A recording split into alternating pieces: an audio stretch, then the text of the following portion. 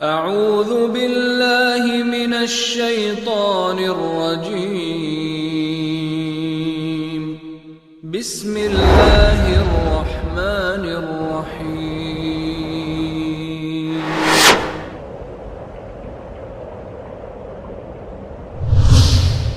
كنتم خير أمة أخرجت للناس تأمرون بالمعروف وتنهون عن المنكر وتؤمنون بالله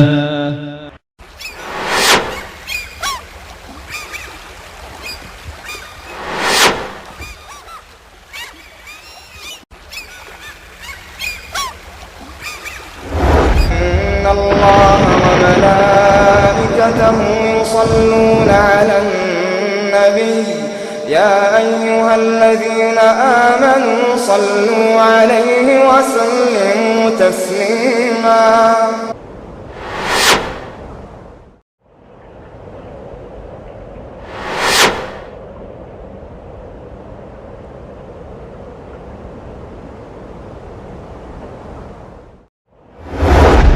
میں یہ سمجھتا ہوں کہ دنیا کی تاریخ میں ساتھیوں اس جنگ جیسی مثال شاید ہی کہیں مل سکے.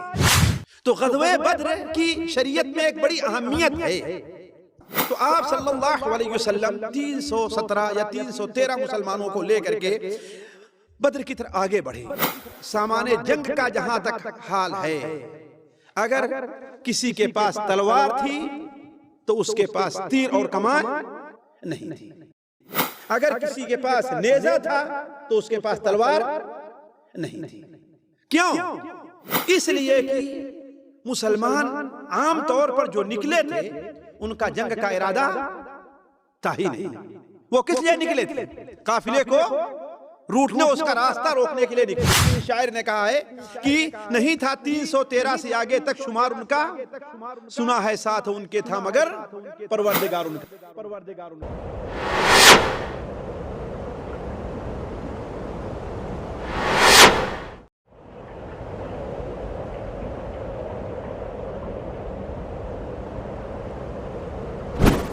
اللہ تعالیٰ سے دعا کر کے آپ صلی اللہ علیہ وسلم جاتے ہیں، کھڑے ہو کے دعا کرنے لگتے ہیں کہ اے اللہ تعالیٰ آپ نے جو وعدہ کیا تھا وہ وعدہ آپ پورا کیجئے. اے اللہ تعالیٰ انہیں مجبور ہیں، کمزور ہیں، ان کی مدد فرما. اے اللہ تبارک و تعالیٰ یہ جماعت آج ہلاک کر دی گئی تو دنیا میں پھر تیری عبادت نہیں کی جائے گی.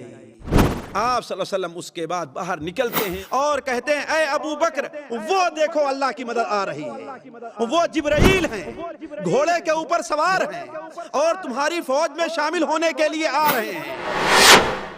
رہا کارزارے حنین و احد میں کھڑا استقامت کی دیوار بن کر.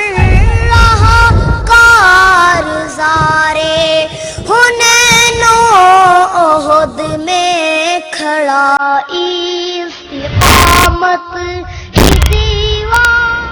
وَلَقَدْ نَصَرَكُمُ اللَّهُ بِبَدْرٍ وَأَنْتُمْ أَذِلَّةٌ فَاتَّقُوا اللَّهَ لَعَلَّكُمْ تَشْكُرُونَ.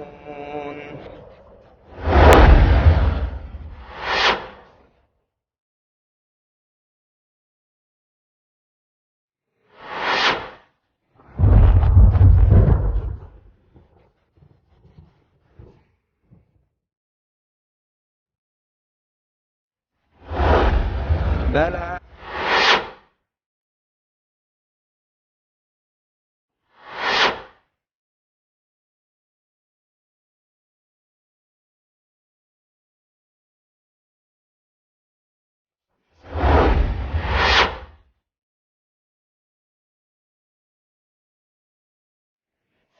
اور اس سے پہلے اللہ نے جنگ بدر میں اس وقت تمہاری مدد کی جب تم کمزور تھے، لہذا اللہ سے ڈرتے رہو، امید ہے کہ تم شکر گزار بن جاؤ.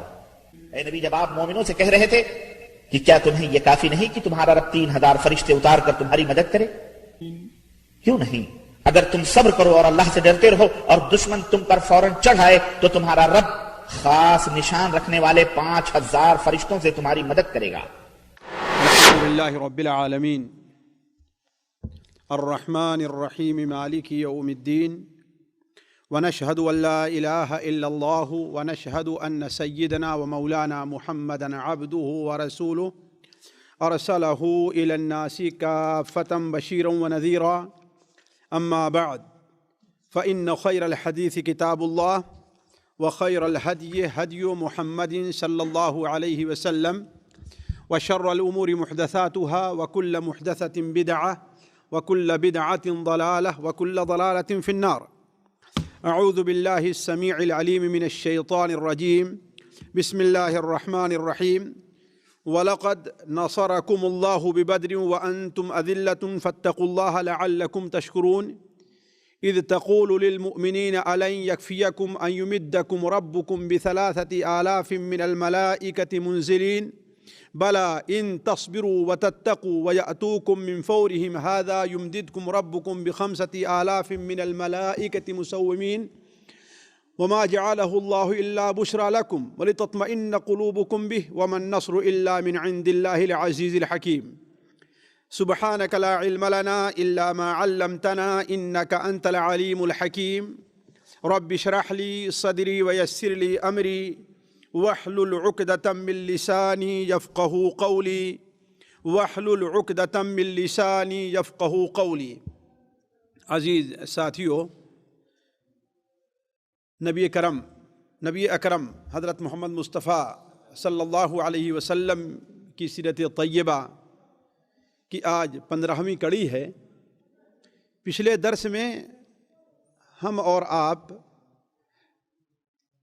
اس مقام تک پہنچے تھے کہ نبی کریم صلی اللہ علیہ وسلم کو جب مکہ مکرمہ میں اور مسلمانوں کو جب مدینہ منورہ میں اور مسلمانوں کو تھوڑا سا سکون نصیب ہوا اور انہیں اپنے دین پر عمل کرنے کی کھلی آزادی مل گئی، تو انہیں یہ خطرہ ضرور تھا کہ قریش اور مکہ کے لوگ انہیں سکون سے رہنے نہیں دیں گے. لہذا اس کے لیے اللہ کے رسول صلی اللہ علیہ وسلم نے مختلف تدبیریں کی، جس کا ذکر پچھلی مجلس میں ہوا تھا. ان میں سے ایک بات یہ بھی تھی کہ آپ صلی اللہ علیہ وسلم نے قریش کے قافلوں اور خصوصاً ان کے تجارتی قافلوں کو تنگ کرنا شروع کیا. کیوں؟ اس لیے کہ اہل مکہ کے اقتصاد اور ان کی معاشیات کا سارا دار و مدار کس چیز پر تھا؟ تجارت پر تھا. اس لیے وہ خصوصی طور پر تجارت کے 2 بڑے اہم سفر کیا کرتے تھے، جو دور کے سفر رہا کرتے تھے. ایک تو گرمی کے موسم میں جو کہاں جاتے تھے؟ شام کی طرف. اور دوسرا سردی کے موسم میں کس طرف جاتا تھا قافلہ؟ یہ یمن کی طرف. تو آپ صلی اللہ علیہ وسلم نے ان کی دونوں تجارتی جو شاہراہیں تھیں، خواہ شام کی طرف ہوں یا یمن کی طرف ہوں، آپ صلی اللہ علیہ وسلم نے اس پر گشتی دستے بھیجنا شروع کیا. انہی دستوں میں سے ایک دستہ وہ بھی تھا جس میں آپ خود بنفس نفیس شریک ہوئے تھے. وہ غزوہ عشیرہ کا ہے، اور یہ جمادی الاولیٰ کے مہینے میں تھا. یہ قافلہ تجارتی سامان لے کر کے کہاں جا رہا تھا؟ شام کی طرف جا رہا تھا، جس کی قیادت ابو سفیان کر رہا تھا، جو ابھی تک مسلمان نہیں ہوئے تھے. جب یہی قافلہ رمضان 2 ہجری میں واپس آنے لگا تو آپ صلی اللہ علیہ وسلم اس کے بارے میں بہت ہی چوکنا تھے. کیوں؟ اس لیے کہ اس بار آپ صلی اللہ علیہ وسلم نے یہ فیصلہ کر لیا تھا کہ صرف انہیں ڈرانا ہی دھمکانا نہیں ہے، انہیں تنگ نہیں کرنا ہے، بلکہ ان کے اوپر ایک کاری ضرب لگانی ہے اور اس قافلے کو لوٹ لینا ہے، اس قافلے کو لوٹ لینا ہے۔ کیوں؟ اس لیے کہ جتنا کچھ کافروں نے ہم سے لوٹا ہے اس قافلے کے مقابلے میں بہت زیادہ ہے، اور اس طریقے سے کافروں کو عبرت بھی ہوگی کہ اب ہم خاموش نہیں بیٹھے بلکہ اپنا بدلہ بھی ہم لے سکتے ہیں۔ تو آپ صلی اللہ علیہ وسلم اس کے لیے بڑے ہی چوکنا تھے۔ آپ صلی اللہ علیہ وسلم نے اس کے لیے جاسوسی دستے گشت کے لیے آپ نے بھیجنا شروع کیا۔ اس میں ایک بڑے مشہور صحابی ہیں بسیسہ یا بسبس رضی اللہ تعالی عنہ، انہیں خصوصی طور پر آپ نے متعین کیا کہ پتہ لگاتے رہو کہ شام سے جو قافلے آتے ہیں ان میں ابو سفیان کا قافلہ کب آ رہا ہے۔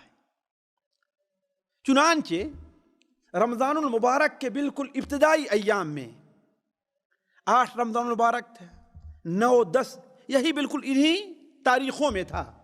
آپ صلی اللہ علیہ وسلم گھر میں بیٹھے ہوئے تھے۔ صحابی حضرت انس بن مالک رضی اللہ عنہ بیان فرماتے ہیں کہ اچانک وہ صحابی بھاگتے ہوئے آتے ہیں اور کہتے ہیں کہ ابو سفیان کا قافلہ شام سے واپس آ رہا ہے۔ اور یہ قافلہ بڑا اہم اس ناحیے سے تھا کہ اس پر بہت بڑا تجارتی سامان لدا ہوا تھا، جس میں روایات کے مطابق صرف 1000 اونٹ تھے۔ ذرا سوچیں آپ، کتنے تھے؟ 1000 اونٹ، جس پر تجارتی سامان بہت کافی لدا ہوا تھا۔ کہا جاتا ہے کہ کم از کم 50,000 دینار کا سامان تھا، 50,000 دینار کا سامان تھا۔ سونے کے لحاظ سے اس کی تعداد ہوتی ہے 262.5 کلو سونا۔ استاد محترم شیخ صفی الرحمن رحمہ اللہ نے اسے کیلکولیٹ کیا ہے، کتنا؟ 262.5 کلو سونے کا سامان۔ یہ معمولی اس زمانے کے لحاظ سے نہیں تھا۔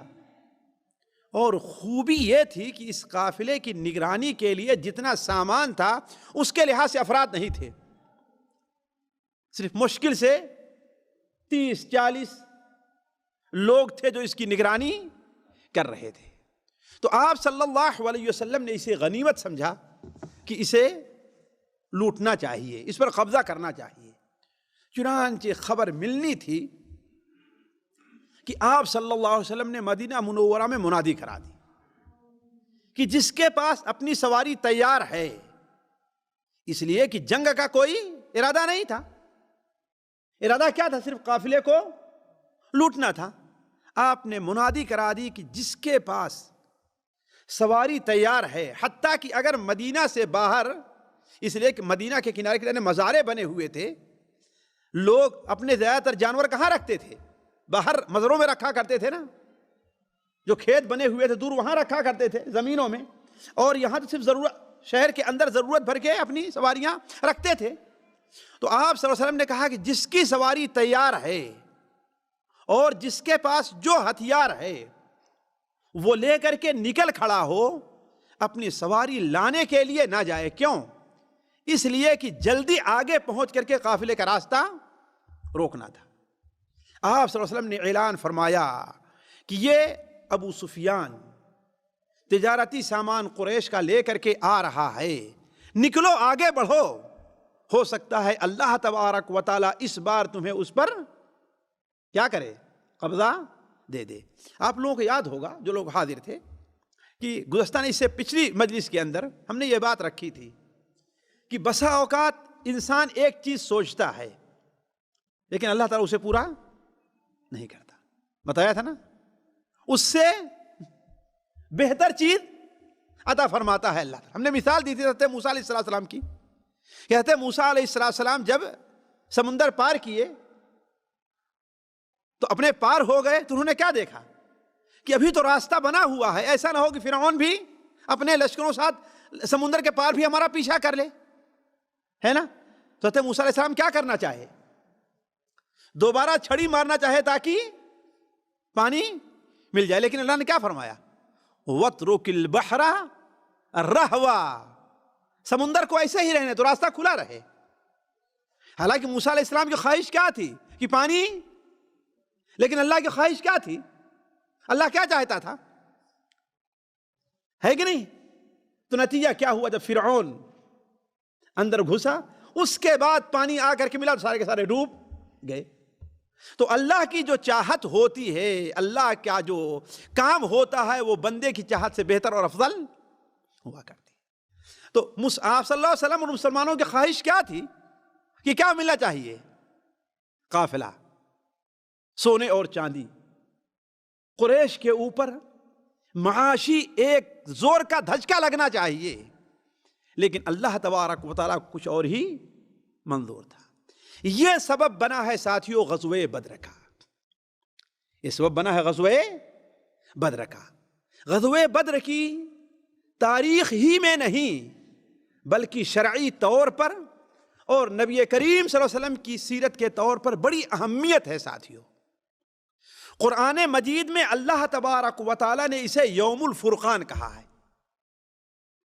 اس جنگ پر تبصرے کے لیے اللہ تعالیٰ نے مکمل ایک سورت نازل فرمائی ہے، سورہ الانفال، مکمل سورت اسی جنگ پر تبصرے کے طور پر ہے۔ تو اللہ تعالیٰ نے اس جنگ کو کیا قرار دیا ہے؟ یوم الفرقان۔ فرقان کے معنی کیا ہے؟ فرق کر دینے والا، فیصلہ کر دینے والا۔ گویا یہ فیصلہ ہو گیا اس دن کہ اب مسلمان کمزور نہیں ہے۔ اس دن فیصلہ ہو گیا کہ حق پر کون ہے اور باطل پر کون ہے۔ اس دن فیصلہ ہو گیا کہ اللہ کی مدد کس کے ساتھ ہے اور اللہ کی غضب و ناراضگی کس کے ساتھ ہے۔ تو اس سورت کو قرآن مجید میں، اس جنگ کو قرآن مجید میں کیا کہا گیا ہے؟ یوم الفرقان۔ قرآن مجید میں اللہ تبارک و تعالی نے اس سورت پر، اللہ کے رسول صلی اللہ علیہ وسلم نے اس سورت پر تبصرہ کرتے ہوئے، اس جنگ پر تبصرہ کرتے ہوئے مسلمانوں اور صحابہ کرام پر بطور نعمت کے یہ ذکر کیا ہے کہ گویا اللہ تبارک و تعالیٰ کی نعمت تمہارے اوپر کس شکل میں تھی؟ غزوہ بدر میں تمہارے مدد کے طور پر تھی۔ غزوہ بدر میں اللہ نے تمہاری جو مدد کی ہے، گویا کہ یہ بہت بڑی اللہ تعالیٰ کی نعمت تھی۔ وَلَقَدْ نَصَرَكُمُ اللَّهُ بِبَدْرٍ وَأَنْتُمْ أَذِلَّةٌ، اللہ تبارک و تعالیٰ نے غزوہ بدر میں تمہاری مدد کی ہے، حالانکہ تم کیا تھے؟ بالکل کمزوری کی حالت میں تھے، کسم پرسی کی حالت میں تھے۔ اللہ نے اس وقت تمہاری مدد کی ہے۔ تو اس جنگ کی شرعی طور پر بھی ساتھیوں اور تاریخی طور پر بھی میں یہ سمجھتا ہوں کہ دنیا کی تاریخ میں ساتھیوں اس جنگ جیسی مثال شاید ہی کہیں مل سکے۔ اگر حقیقی تاریخ دیکھی جائے اور سچی تاریخ دیکھی جائے تو، ورنہ مبالغے تو بہت جگہ کیے گئے ہیں، مبالغوں سے، اور رام کہانیاں تو بہت قصوں کے سامنے گڑھی گئی ہیں، لیکن اگر حقیقی میدان میں آیا جائے اور تحقیقی چیزیں دی جائیں تو ایسے تعجب خیز اور عجیب و غریب جنگیں شاید ہی دنیا میں کبھی پیش آئی ہوں۔ اور اتنے مختصر وقت میں، جیسا کہ بھی میں آپ کے سامنے رکھوں گا، اتنے مختصر سے وقت میں اتنی بڑی جنگ کا فیصلہ ہو جائے، یہ بھی شاید دنیا میں کبھی نہیں ہوا ہے۔ تو غزوہ بدر کی شریعت میں ایک بڑی اہمیت ہے۔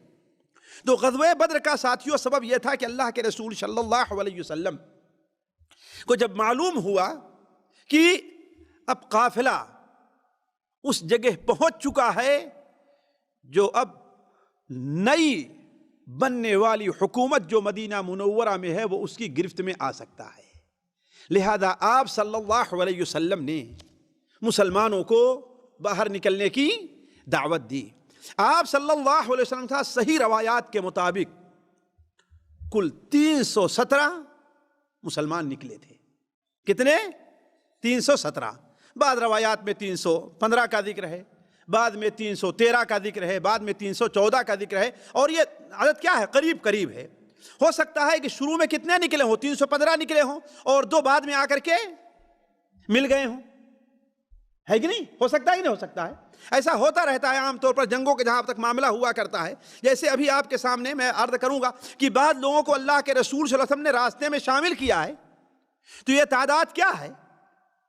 قریبی ہے، چاہے 313 ہو یا 317 ہو یا 315 ہو. کہنے کا مطلب 313 تک 313 سے لے کر کے 317 تک مسلمانوں کی تعداد تھی.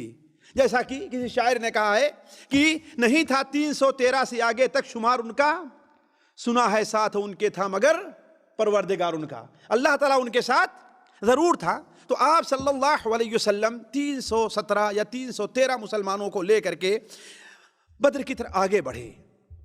اس وقت آپ صلی اللہ علیہ وسلم کے کم سامانی کا حال یہ تھا کہ پوری فوج کے اندر صرف ایک یا ضعیف روایات کے مطابق 2 گھوڑے تھے بس.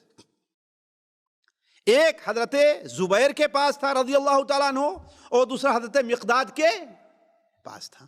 یہ تعداد آپ یاد رکھیں گے اس لیے کہ تاکہ اندازہ لگا لیں کہ کافروں کو جو لشکر تھا اس سے مسلمانوں کا مقابلہ کیا تھا. پوری فوج کے اندر ساتھیوں صرف 70 گھوڑے تھے بس. کتنے؟ 70 اونٹ تھے. 2 گھوڑے اور 70 اونٹ تھے. اور سامان جنگ کا جہاں تک حال ہے، اگر کسی کے پاس تلوار تھی تو اس کے پاس تیر اور کمان نہیں تھی. اگر کسی کے پاس نیزہ تھا تو اس کے پاس تلوار نہیں تھی. کیوں؟ اس لیے کہ مسلمان عام طور پر جو نکلے تھے ان کا جنگ کا ارادہ تھا ہی نہیں. وہ کس لیے نکلے تھے؟ قافلے کو روٹنے، اس کا راستہ روکنے کے لیے نکلے تھے. اور اس میں بھی اللہ کے رسول صلی اللہ علیہ وسلم نے اگر کوئی بچہ نابالغ تھا تو آپ صلی اللہ علیہ وسلم نے اس کو اپنے ساتھ نہیں لیا ہے، بلکہ بعض صحابہ کرام ہیں جیسے برا ابن عازب ہیں، وہ حضرت عبداللہ ابن عمر ہیں، یہ لوگ جانے کی خواہش ظاہر کیے لیکن یہ 15 سال سے کم تھے، نابالغ تھے. تو آپ صلی اللہ علیہ وسلم نے کیا کیا کہ نہیں، تم لوگوں کو نہیں جانا. حتیٰ کہ آپ صلی اللہ علیہ وسلم نے اس میں کسی غیر مشرک کو بھی شریک نہیں کیا، کسی غیر مشرک کو بھی شریک نہیں کیا. صحیح مسلم شریف میں اور سنن ابو داود میں ہے کہ اللہ کے رسول صلی اللہ علیہ وسلم جب بدر کے لیے نکلے تو آپ صلی اللہ علیہ وسلم کے ساتھ ابھی جیسے مدینہ منورہ سے چند ہی کلومیٹر آگے بڑھے تھے کہ حرے وبرا کے پاس ایک مشرک انصاری، اس لیے کہ عام طور پر انصاری لوگ تھے، 260 کے قریب انصاری تھے، اس میں 260 کے قریب انصاری تھے اور اس کے علاوہ جو تھے وہ باقی مہاجرین تھے. زیادہ تر کون سے لوگ تھے؟ انصار تھے نا. لہذا اپنے انصاریوں کی مدد کے لیے ایک انصاری صحابی جو ابھی اسلام نہیں لائے تھے وہ بھی نکلے ہیں ساتھ میں، اور وہ بڑے پہلوان مانے جاتے تھے. بڑے پہلوان، ان کی طاقت کا، ان کی بہادری کا بڑا شہرہ تھا.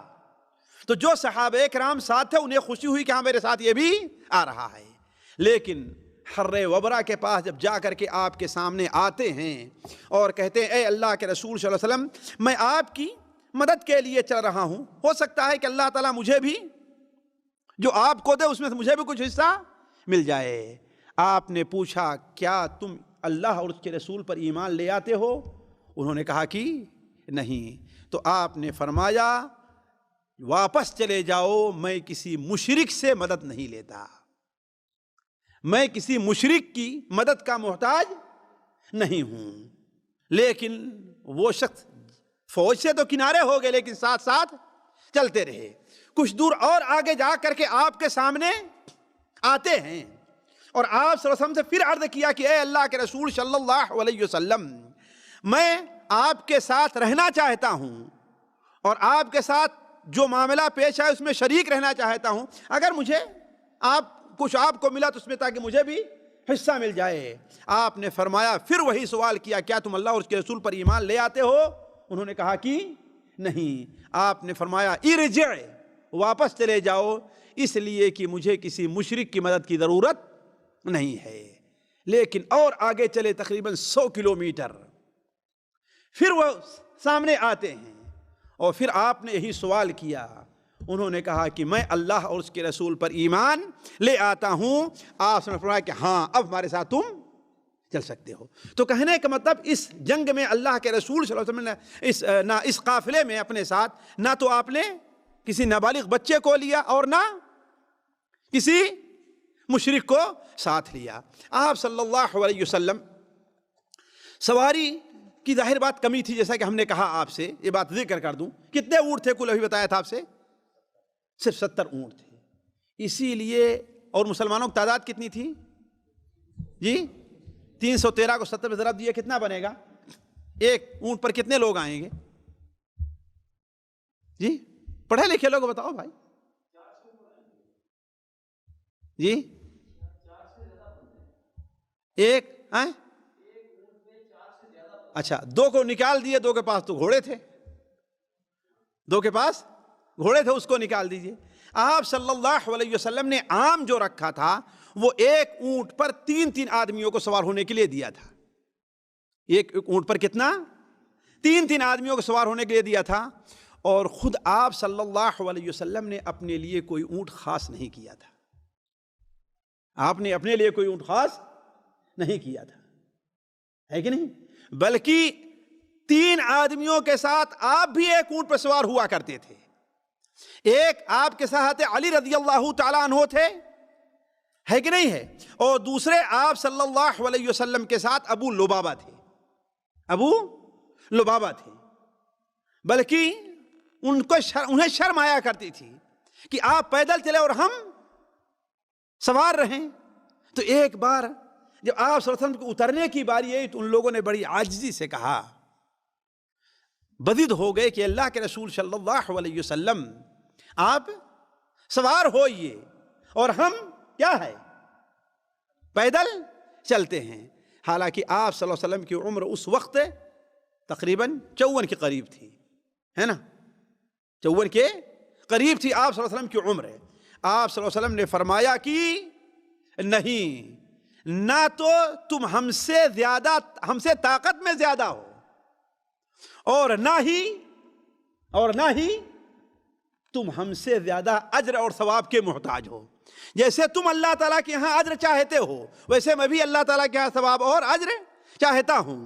اور جہاں تک اس کا معاملہ ہے کہ تمہارے پاس طاقت ہے ویسے میرے پاس بھی طاقت ہے. اور آپ لوگوں کو یہ معلوم رہنا چاہیے کہ اللہ کے رسول صلی اللہ علیہ وسلم پر تقریباً 55 سال تک 60 سال تک آپ پر بڑھاپے کے آثار ظاہر نہیں تھے. آپ صلی اللہ علیہ وسلم پر آپ پر بڑھاپے کے آثار ظاہر نہیں تھے. اگر آپ لوگ جو سیرت سنتے آئے ہیں ذرا آپ اس کے اوپر نظر کریں ایک تو آپ کو معلوم ہوگا کہ ہجرت کے سفر میں حالانکہ حضرت ابو بکر آپ سے 2-2.5 سال 3 سال چھوٹے تھے نا، لیکن سیرت پہلے گزر چکا ہے کہ راستے میں ابو بکر شیخ یعرف، ان کے اوپر بڑھاپے کے آثار ظاہر تھے اور وہ پہچانے جاتے تھے. اور آپ صلی اللہ علیہ وسلم پر بڑھاپے کے آثار ظاہر نہیں تھے، آپ پہچانے نہیں جاتے تھے. اسی لیے تو جب قباء میں نزول فرمائے ہیں تو بہت سے لوگ یہ سمجھتے تھے کہ حضرت ابوبکر کو اللہ کے رسول یہی ہے، اللہ کے رسول یہی ہیں. تو عرض کرنے کا مقصد ہے کہ نبی کریم صلی اللہ علیہ وسلم کیا بیان فرمایا کہ نہ تم ہم سے زیادہ طاقت میں زیادہ ہو ہم سے اور نہ ہی تم ہم سے زیادہ اللہ تعالیٰ کے نزدیک ثواب اور اجر چاہتے ہو. لہذا جیسے تمہاری باری آتی ہے تم سوار ہوتے ہو اور باری ختم ہوئی تو پیدل چلتے ہو، ایسے جب میری باری آئی تو میں سوار ہوں گا ورنہ میں بھی پیدل چلوں گا. تو عرض کرنے کا مقصد یہ ہے کہ ہر مسلمان کو ہر اونٹ کے اوپر کتنے مسلمان سوار ہوتے تھے. آپ صلی اللہ علیہ وسلم یہ کرتے ہوئے چلتے رہے اور آ کر کے وادی زفران، یہ تقریباً مدینہ منورہ سے ینبوع کا جو راستہ آج جاتا ہے اس کے اوپر 100 یا اس کے قریب 100 کلومیٹر یا اس کے قریب ایک وادی پڑتی ہے. آپ صلی اللہ علیہ وسلم آ کر کے وہاں پر آپ نے پڑاؤ ڈالا. لیکن اس سے پہلے ایک چیز بھی اور ذہن میں رکھیں کہ ابو سفیان کا کیا حال تھا. ابو سفیان کوئی معمولی ذہن کے آدمی نہیں تھے، بڑے ہوشیار، اور بدر کے بعد مکہ مکرمہ کی سرداری انہی کے ہاتھ میں آئی تھی، وہی سردار رہے ہیں.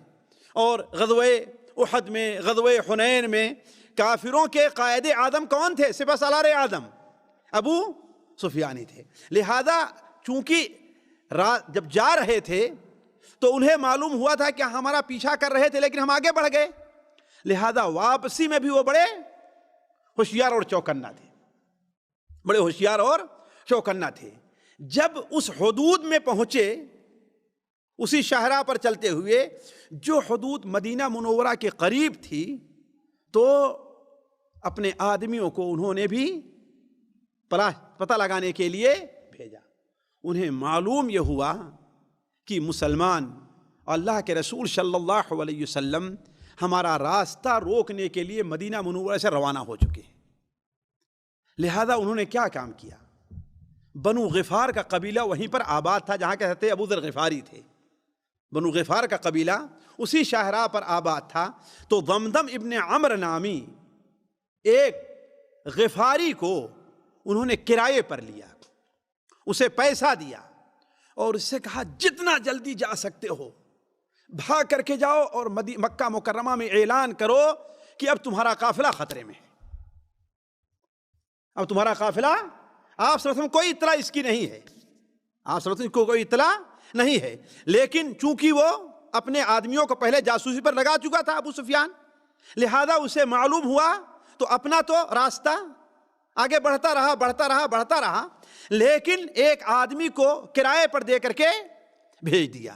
وہ بھاگتا ہوا گیا، 2 دن 3 دن کا سفر 1 دن میں طے کرتے ہوئے، اور مکہ مکرمہ میں مسجد نبوی کے پاس پہنچتے ہوئے اپنے اونٹ کی ناک کو چیر دیتا ہے، اپنے کپڑے کو پھاڑ دیتا ہے اور چیخ لگاتا ہے کہ اے قریش کے لوگو، قافلہ قافلہ قافلہ، تمہارے قافلے کو لوٹنے کے لیے محمد اللہ علیہ وسلم اور اس کے ساتھی آگے بڑھے ہیں.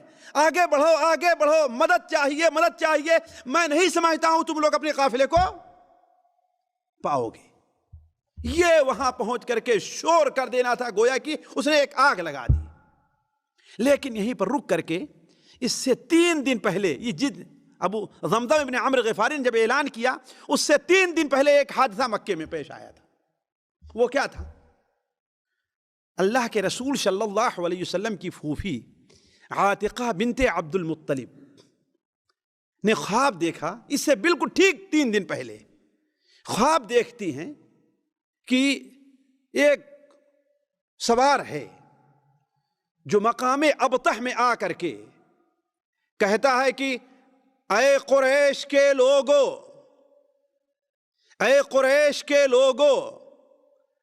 اپنے قتل کی جگہ پر 3 دن کے اندر تو پہنچ جاؤ. اے قریش کے لوگو، اپنی قتل کی جگہ پر 3 دن کے اندر تو پہنچ جاؤ. عجیب کہا، ایک خواب دیکھا انہوں نے، عاتقہ نے، اور اس کے بعد وہی گھوڑ سوار آ کر کے خانہ کعبہ میں خواب میں دیکھا کہ خانہ کعبہ کے اوپر کھڑے ہو کر کے اعلان کرتا ہے، یا لغودرو، اے قریش کے لوگو، لطیبہ اللطیبہ اللطیمہ، اپنا قافلہ نہیں، نعوذ باللہ من ذلک، اللطیمہ تو انہوں نے کہا تھا. اے قریش کے لوگو، اپنے اسرعوا الی مصارعکم، یا اپنے مسارے جہاں تمہیں پچھاڑا جائے گا، تمہیں قتل کیا جائے گا، وہاں پر 3 دن کے اندر پہنچ جاؤ تم لوگ. پھر اس کے بعد وہی گھوڑ سوار ابو قبیس پہاڑ کے اوپر چڑھتا ہے. ابو قبیس پہاڑ کہاں ہے؟ آج جہاں پر یہ قصر ملکی بنا ہوا ہے نا، یہ علاقہ، بلکہ صفا جو پہاڑی ہے یہ جبل ابو قبیس کا امتداد ہے. اس لیے کہ پہاڑ ایک ہی جنت اس کے ٹکڑے رہا کرتے ہیں نا، تو جو صفا جو پہاڑی ہے یہ جبل ابو قبیس کا امتداد ہے. تو اس پہاڑ کے اوپر چڑھ کر کے پھر یہی آواز لگاتا ہے، اے قریش کے لوگو، اپنے قتل ہونے کی جگہ پر 3 دن کے اندر پہنچ جاؤ. اور یہ کہنے کے بعد وہیں سے ایک بڑی چٹان لڑکاتا ہے وہ پہاڑ پر. وہ چٹان لڑھکتی ہوئی آتی ہے اور مسجد حرام میں پہنچنے کے بعد ٹکڑے ٹکڑے ہو جاتی ہے. اور اتنے زور سے ٹکڑے ہوتی ہے کہ اس کا ٹکڑا قریش کے ہر گھر میں جا کر کے پڑتا ہے. یہ عجیب ایک خواب تھا. یہ خواب عاتقہ نے اپنے بھائی عباس ابن عبد المطلب سے بیان کیا. عباس نے کہا یہ خواب تو عجیب ہے اور بڑا خطرناک لگ رہا ہے. لہذا دونوں بھائی بہنوں نے یہ طے کیا کہ یہ خواب کسی سے بیان نہیں کرنا ہے، لیکن جو بات ظاہر ہونے والی ہوتی ہے ہو جاتی ہے. یہ بات بھائی بہن کے اندر ہوئی اور حضرت عباس آگے بڑھتے ہیں تو چونکہ بڑی الجھن میں تھے اس خواب کی وجہ سے، لہذا ان کا دوست ہمارے خیال سے امیہ یا عتبہ ہمارے خیال سے ملتا ہے، عتبہ، اس سے انہوں نے بیان کر دیا کہ آج عجیب و غریب خواب دیکھا. اور اس سے بھی کہا کسی بتانا نہیں، لیکن جانتے ہیں بات زبان سے جہاں نکلی پھر پھیل جاتی. اور ایسے عجیب و غریب بات اس نے جا کر کے اپنے بھائی اپنے باپ سے ایک قصہ بیان کر دیا. اب اس نے آ کر کے تعجب اس لیے کہ ایسا لگ رہا ہے کہ لوگ قتل ہوں گے اور ہر گھر کے اندر سے ماتم کی آواز اٹھے گی. یہ کیا معاملہ ہے؟ نتیجہ یہ ہے کہ تھوڑی ہی دیر میں پورے مکے کے اندر یہ خبر پہنچ گئی اور یہ خبر ابو جہل ملعون تک بھی پہنچی ہے. وہ آیا مسجد میں بیٹھا ہے، انتظار کر رہا ہے. اتنی دیر میں حضرت عباس ابن عبد المطلب بھی مسجد میں آ گئے اور طواف کرنا شروع کیا. کہا کہ اے ابو الفضل، جب طواف سے فارغ ہو جانا تو ذرا میرے پاس آنا. تو کہا کہ ٹھیک ہے. جب گئے کہا کہ عبد المطلب کے خاندان والے تم عجیب تھے، کیا یہ کافی نہیں تھے؟ تمہارے یہاں نے تمہارے خاندان سے ایک نے نبوت کا دعویٰ کر دیا، ایک مرد نے، اب ایک عورت بھی نبی بنے گی تمہارے خاندان سے. کہا کہ وہ کیا ہے؟ کہا یہ جو خواب بیان کیا جا رہا ہے. عباس نے کہا نہیں تو ایسا کوئی بات تو نہیں ہے. کہا کہ ہم 3 دن کا انتظار کرتے ہیں، اگر 3 دن میں کچھ ظاہر نہ ہوا تو پورے مکہ کے لوگ اکٹھا ہو کر کے ایک دستاویز لکھیں گے جس میں ہم یہ لکھ دیں گے کہ عبد المطلب کے خاندان سے زیادہ جھوٹ بولنے والا دنیا میں اور کوئی نہیں ہے، اور کھانے کا وہاں پر لٹکا دیں گے. حضرت عباس ابن عبد المطلب خاموش ہو کر کے چلے گئے. اب جب گھر جاتے ہیں تو گھر کی عورتوں نے کہا کہ وہ کوئی تم سے طاقت میں زیادہ ہے، افراد میں زیادہ ہے، تمہارے مردوں کی بے عزتی کرتا تھا، تمہاری عورتوں کی اب بے عزتی کرے، تم نے کیسے برداشت کر لیا؟ تو حضرت عباس، یہ 3را دن ہو گیا تھا، کہا کہ اچھا میں صبح جاتا ہوں تو بتاتا ہوں. صبح جیسے مسجد حرام پہنچے اور مسجد حرام کے پاس ابو جہل سے ایسی کچھ باتیں چیت ہو رہی ہے کہ اتنے میں ابو جہل کو دیکھا کہ پریشان ہے. کیوں؟ اس لیے کہ اس نے زمزم ابن عمرو الغفاری کی آواز سن لی تھی. اے قریش کے لوگوں، تمہارے قافلے کو محمد اللہم صلی اللہ علیہ وسلم اور ان کے ساتھی روکنا چاہتے ہیں.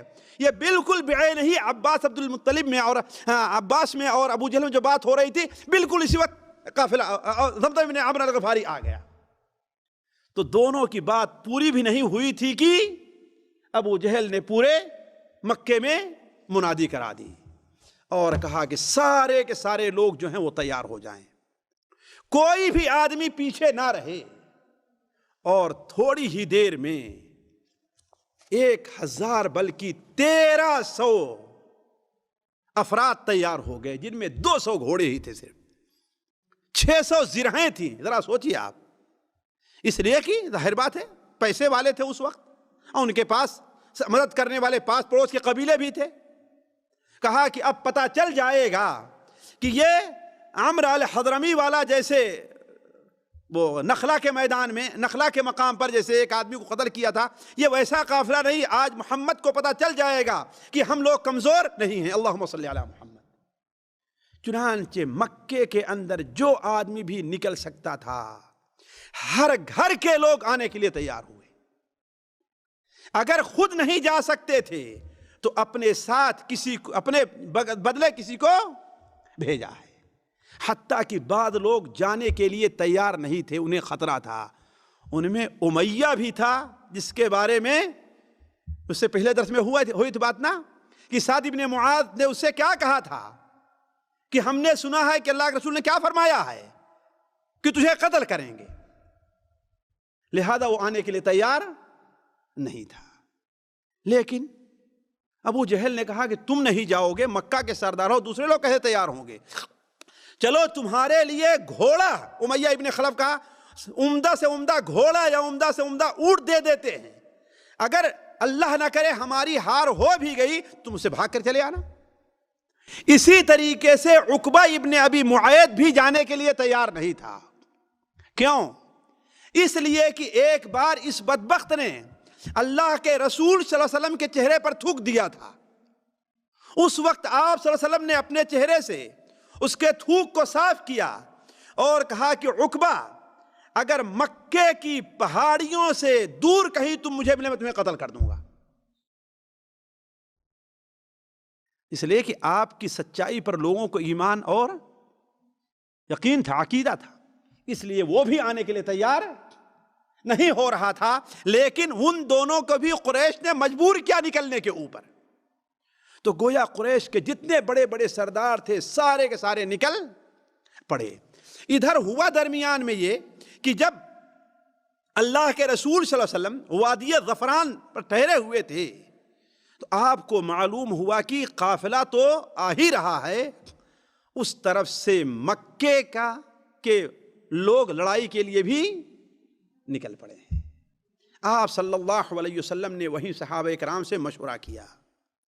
آپ نے مشورہ کیا کہ اے لوگو یہ بتاؤ، اب دو میں سے ایک چیز ضرور ہونے والی ہے، یا تو قافلہ ہے اور یا پھر ہمیں قریش اب لڑائی درپیش ہوگی، بتاؤ ہمیں کیا جواب دیتے ہو، کیا مشورہ دیتے ہو؟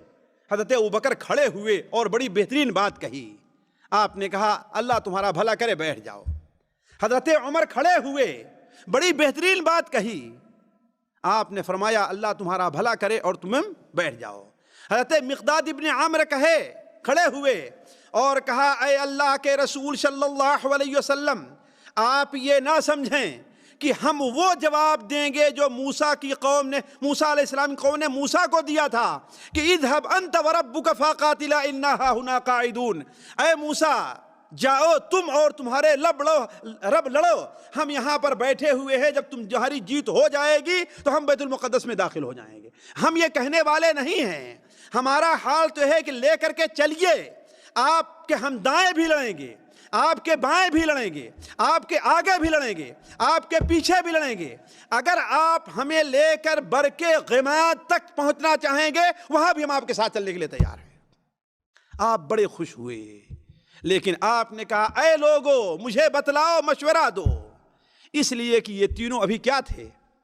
قریشی اور مہاجر تھے، ابھی انصار میں سے کسی نے کوئی جواب نہیں دیا تھا۔ اور انصار کے ساتھ مکہ مکرمہ میں آپ کا جو معاہدہ ہوا تھا یہ ہے، انہوں نے کہا تھا کہ آپ مدینہ منورہ چلے آئیں گے تو ہم آپ کی ویسے ہی حفاظت کریں گے جیسے اپنے بیوی بچوں کی حفاظت کرتے ہیں۔ گویا حفاظت کا وعدہ کہاں پر تھا؟ مدینہ منورہ میں تھا، وہاں سے باہر لڑائی کا نہیں تھا۔ لیکن جب آپ نے بار بار یہ کہا تو سعد ابن معاذ رضی اللہ تعالیٰ عنہ کھڑے ہوتے ہیں اور کہتے ہیں اے اللہ کے رسول صلی اللہ علیہ وسلم، شاید آپ کا اشارہ ہماری طرف ہے، شاید آپ کا اشارہ، اور کیوں؟ اس لیے کہ زیادہ وہی لوگ تھے اور ان سے معاہدہ بھی نہیں تھا کہ ہاں ہم مدینہ منورہ سے باہر نکل کر کے ہماری مدد کر، ہمارے ساتھ لڑنا۔ لہذا انہوں نے کہا اے اللہ کے رسول، شاید آپ کا اشارہ ہماری طرف ہے۔ آپ صلی اللہ علیہ وسلم نے کہا کہ ہاں، انہوں نے کہا کہ ہم آپ کے اوپر ایمان لے آئے، آپ کی تصدیق کی، آپ کو اللہ کا رسول مانا سچا، ہم بزدل نہیں ہیں، ہم نے بارہا جنگیں کی ہیں اور ہم نے ہماری تلواریں جنگ کو آزما چکی ہیں۔ آپ یہ نہ سمجھیے کہ صرف مدینہ منورہ رہ کر کے ہم آپ کی مدد کریں گے، آپ اگر ہمیں لے کر کے سمندر میں بھی کودیں گے تو ہم آپ کے ساتھ کودنے کے لیے تیار ہیں۔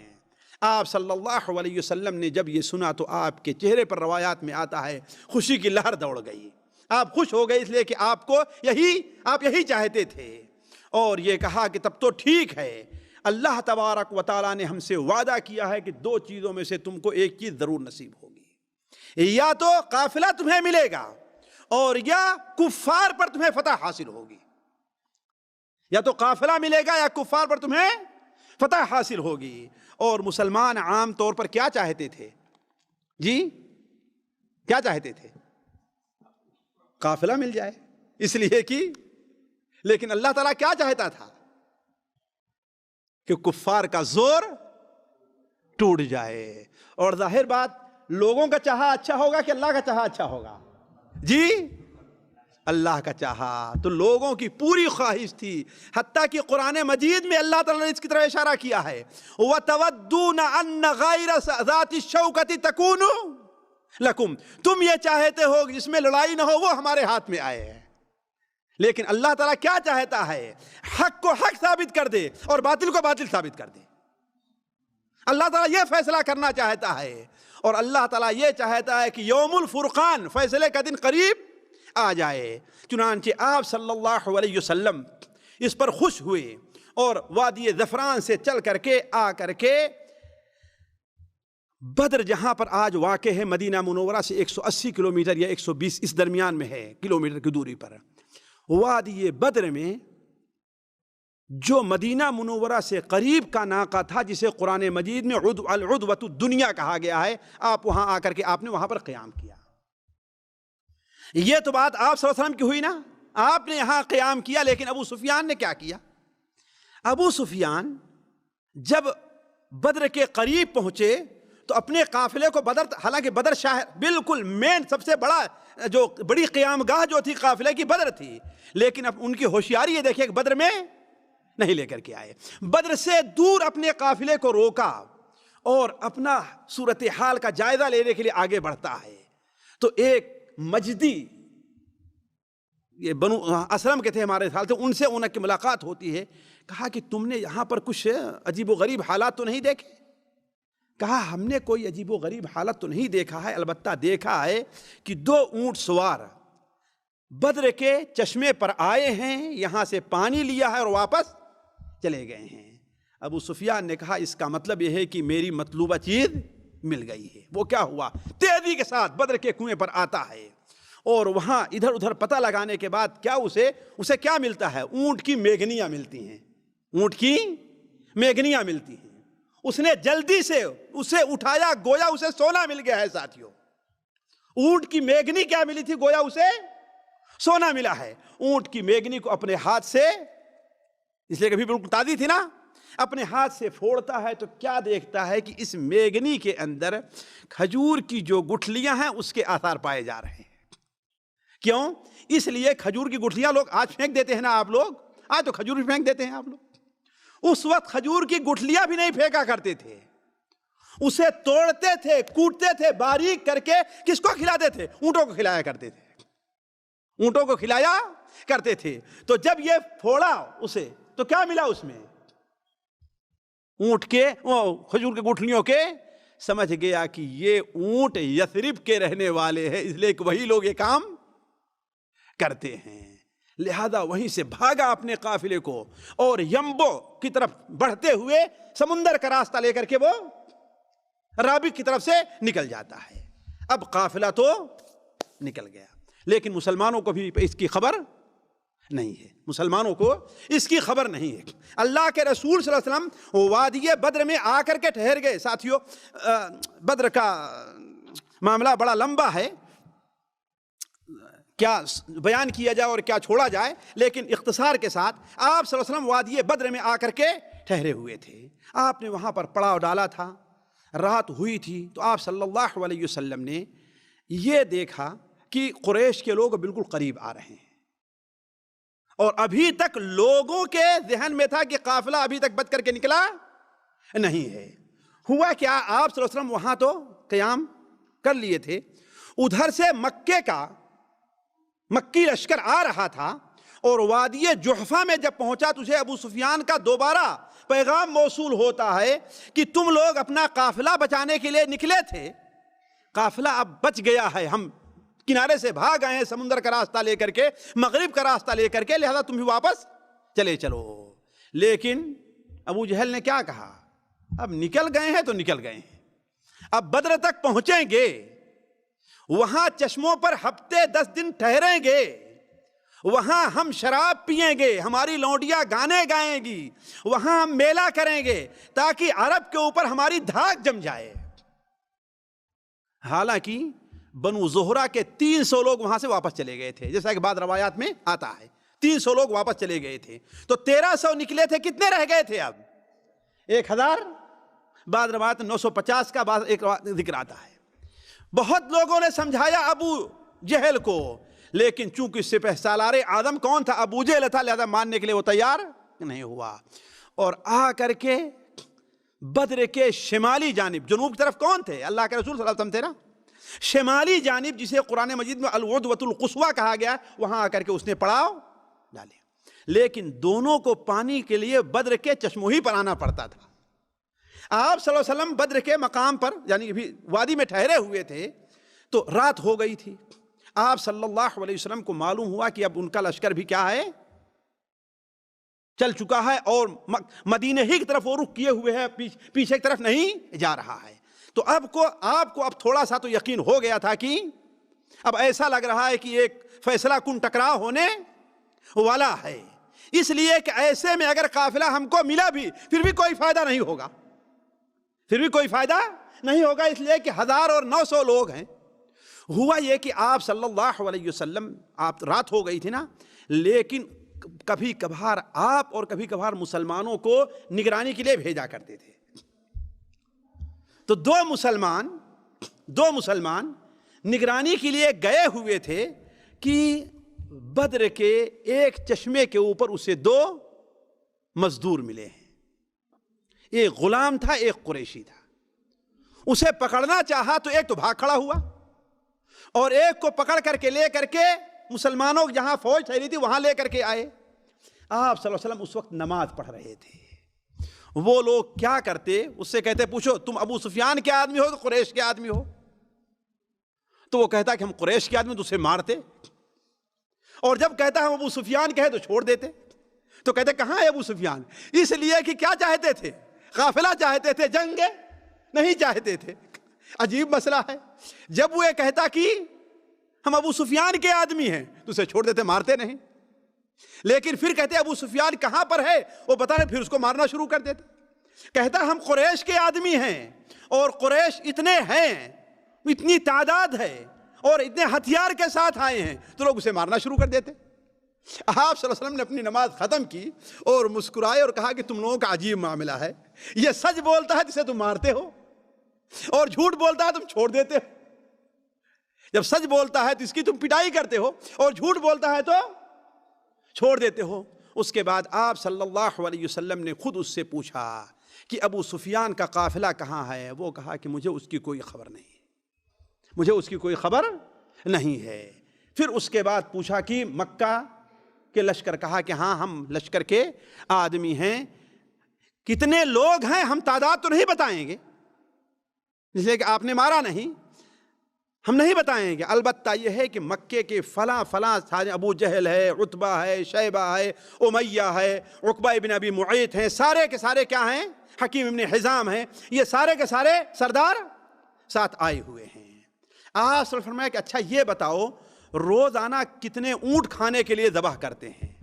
تو ساتھیوں روز آنا وہ 9 یا 10 اونٹ ذبح کیا کرتے تھے. آپ اندازہ لگائیں، ایک طرف مسلمان تھے کہ انہیں کھانے کے لیے، اس لیے کہ اس لحاظ سے نکلے ہی نہیں تھے، نہ اتنی لمبے عرصے کے لیے نکلے تھے، 2-3 دن 4 دن واپس چلے آئیں گے، ہے کہ نہیں ہے؟ تو کہا کہ روز آنا 9 یا 10 اونٹ ذبح کرتے ہیں. تو آپ نے فرمایا اس کا مطلب ان کی تعداد 900 سے لے کر کے 1000 تک ہے.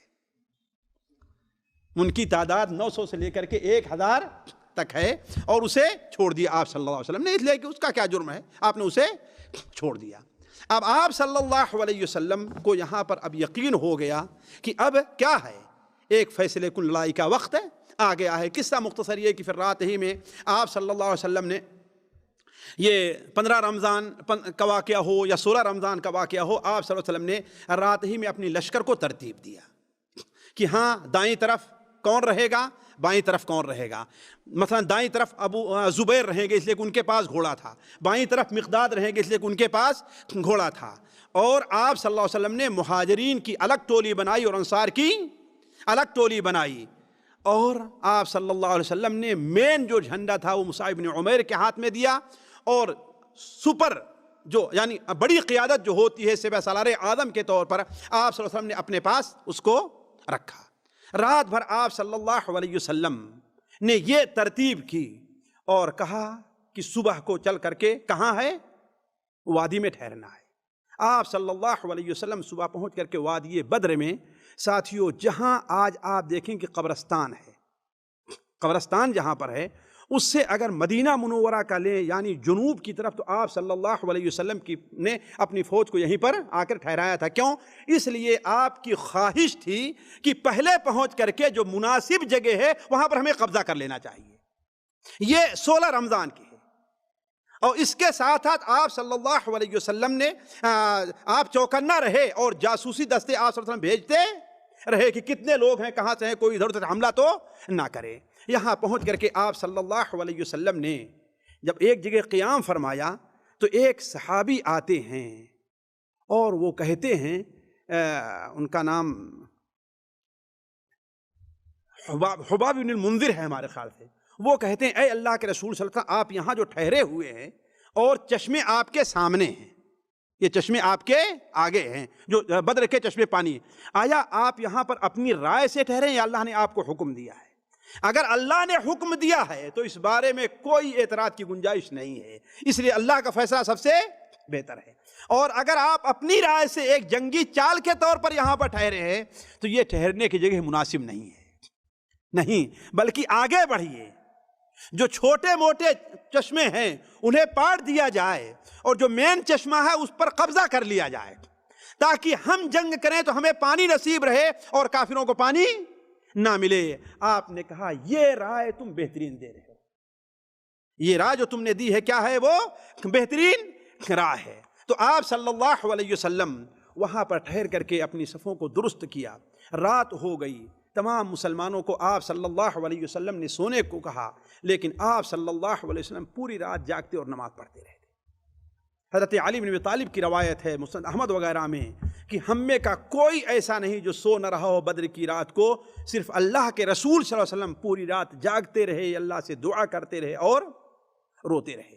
اور جب صبح کی نماز کا وقت ہوا تو آپ صلی اللہ علیہ وسلم نے لوگوں کو بیدار کیا اور کہا لوگوں کو نماز پڑھائی. نماز پڑھانے کے بعد آپ صلی اللہ علیہ وسلم نے ایک خطبہ دیا جس میں جنگ کی اہمیت بیان کی، جنگ کی اہمیت بیان کی. اسی کے ساتھ ساتھ سعد ابن معاذ جو صحابی ہیں ان کی ذرا ہوشیاری اور عقل مندی دیکھیے. ساتھیوں باتیں بہت کہنے کی ہیں لیکن اختصار کے طور پر جو ہے میں ان باتوں کو چھوڑتے ہوئے جا رہا ہوں. انہوں نے ایک ہوشیاری کی. ہوشیاری یہ کی کہ ظاہر بات ہے جنگ ہے، غالب گمان ہے کہ ہماری جیت انشاءاللہ ہوگی، لیکن ظاہر بات دوسرے پہلو کو بھی سامنے رکھنا چاہیے. کہا کہ اے اللہ کے رسول صلی اللہ علیہ وسلم کیا رائے ہے کہ آپ کے لیے ایک چھپر بنوا دیا جائے، جسے حدیث میں عریش کہا گیا ہے، چھپر بنوا دیا جائے، آپ اس کے وہاں پر رہیں، آپ کی نگرانی کے لیے کچھ لوگوں کو رکھا جائے اور آپ کے لیے دو بہترین سواریاں تیار کر دی جائیں. اگر ہماری جیت ہو گئی تو ہم تو یہی چاہتے ہیں، لیکن اللہ نہ کرے اگر ہماری ہار ہو گئی تو پیچھے ہم کچھ ایسے لوگوں کو چھوڑ کر کے آئے ہیں جو ہم سے کم آپ سے محبت نہیں کرتے ہیں، ہم سے کم آپ سے محبت کرنے والے نہیں ہیں، ہم سے زیادہ یا ہماری ہی طرح آپ سے محبت کرتے ہیں. اور وہ لوگ صرف اس لیے نہیں آئے کہ انہیں معلوم نہیں تھا کہ آپ لڑائی کے لیے جا رہے ہیں، انہیں تو معلوم تھا کہ آپ قافلے کا پیچھا، جیسے بار بار قافلے کو پیچھا کیا اور کچھ فیصلہ نہیں ہوا، ایسے سوچے کہ معاملہ ہوگا. لہذا آپ صلی اللہ علیہ وسلم نے اس رائے کو پسند فرمایا اور ان کے لیے دعا دی. تو آپ صلی اللہ علیہ وسلم اس عریش میں جا کر کے آپ صلی اللہ علیہ وسلم اللہ تعالیٰ کی عبادت کرتے تھے. خلاصہ یہ کہ صبح کو آپ صلی اللہ علیہ وسلم اپنی فوج کو ترتیب دینے لگے.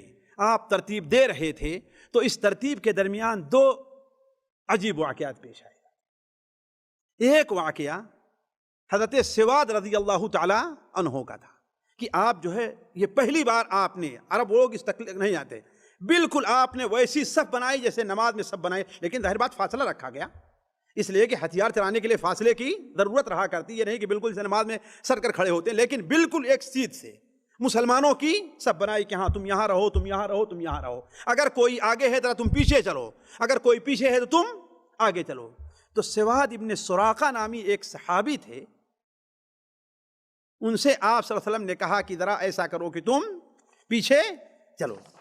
ہوا یہ کہ آپ صلی اللہ علیہ وسلم کے ہاتھ میں جو نیزہ تھا، اس کی جو ٹھڑی تھی ان کے پیٹ میں تھوڑی سی لگی، تو انہوں نے کہا کہ اے اللہ کے رسول صلی اللہ علیہ وسلم، آپ حق اور انصاف لے کر کے آئے ہیں، آپ نے مجھے تکلیف دی ہے، مجھے اس کا بدلہ چاہیے۔